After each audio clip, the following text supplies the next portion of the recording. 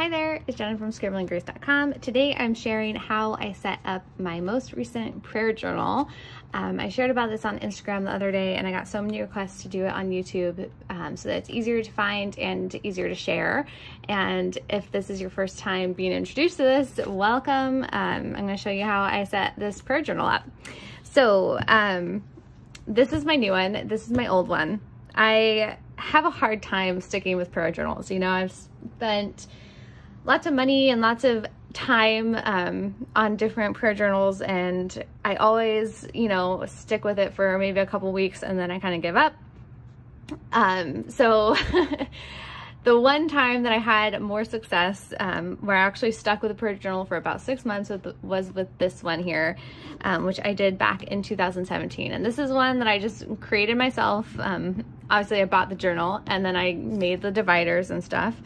And I decided that I was going to go back to this method. If that was the one that I had the best time sticking with, that's what I'm going to go with. It's simple, it's easy, and effective too. So basically, I'll start with this one here. Basically, I used this one for a long time, and then I set this down next to my Himalayan salt lamp, which in the Japan humidity, when we were living in Japan, I don't know, it like leaked salt water. So it kind of ruined the journal, and then I just never picked it back up.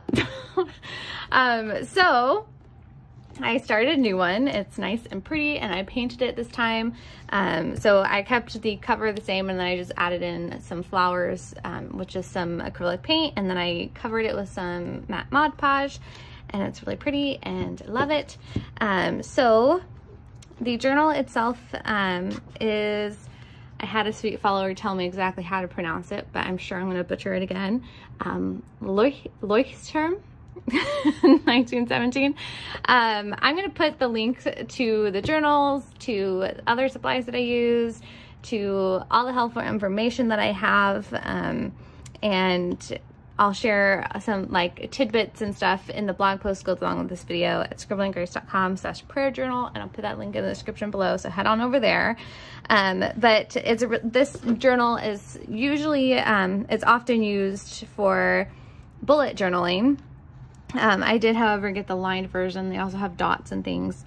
It's a really great journal, and the best thing is that it has so many pages. It has like almost 300 pages or something like that. 250 pages, basically. So what I did was I blocked off, I, you know, made it into 7 sections, one for each day of the week. And each day has a different topic to pray over.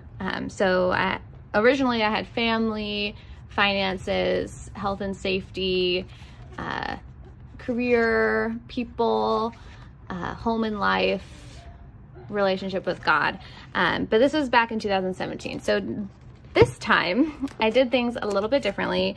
I decided to choose different topics that are more relevant to my life at the moment. But this is the great thing about creating it yourself, is it's so personalizable.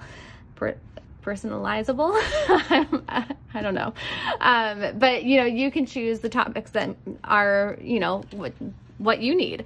So this time I did me and my relationship with Christ, Connor and our marriage, Clark and parenting, family and friends, finances, Scribbling Grace, and you guys, my sweet followers, the world, and our country's leaders. So that's what has been on my heart lately. And so basically every day of the week I go and I start praying about this topic. The thing is that, of course, this isn't a rule. You know, I can always pray about other things on other days. You know, it's not, you know, I don't have to follow it exactly. It's just a guide to help me just stay more present in my prayers, not just do the typical same old prayers. Helps me to, you know, be more involved in that way, and also to not forget about certain things that I need to be praying over, like finances, you know, which is something I often forget to hand over to God. So it just helps me to be a little bit more aware of what I'm praying over. So that's the big benefit of having the topics for every day of the week. Another thing that I changed this time is that I didn't label these Monday, Tuesday, Wednesday, because I wanted, if I did end up missing a day, then I could just start back up where I was, rather than feeling like, oh, I missed Tuesday, what do I do? You know, if I miss a day, it's no big deal now. I can just continue on where I left off. So, but if you want more accountability, maybe having the days of the week is a good idea too. So, I also, you can see I changed the way I did my tabs. I made them a little bit more modern, so they just kind of stick out a little bit.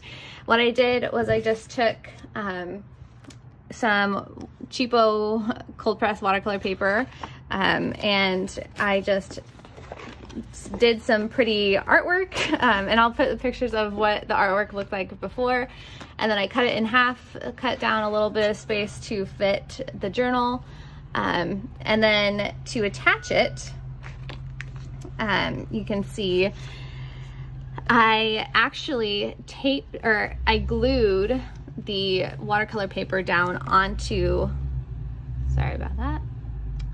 I glued it onto an actual page of the journal, and then taped it. And you can see, if you look really closely, that I didn't put it like exactly at the seam here. I moved it out about 1/4 of an inch out of the way on all of these, so that that way the journal is still able to close. So I find that with the watercolor paper, since it's so thick, if you were to put the page straight down into the spine here, then you're basically just going to always want to be open.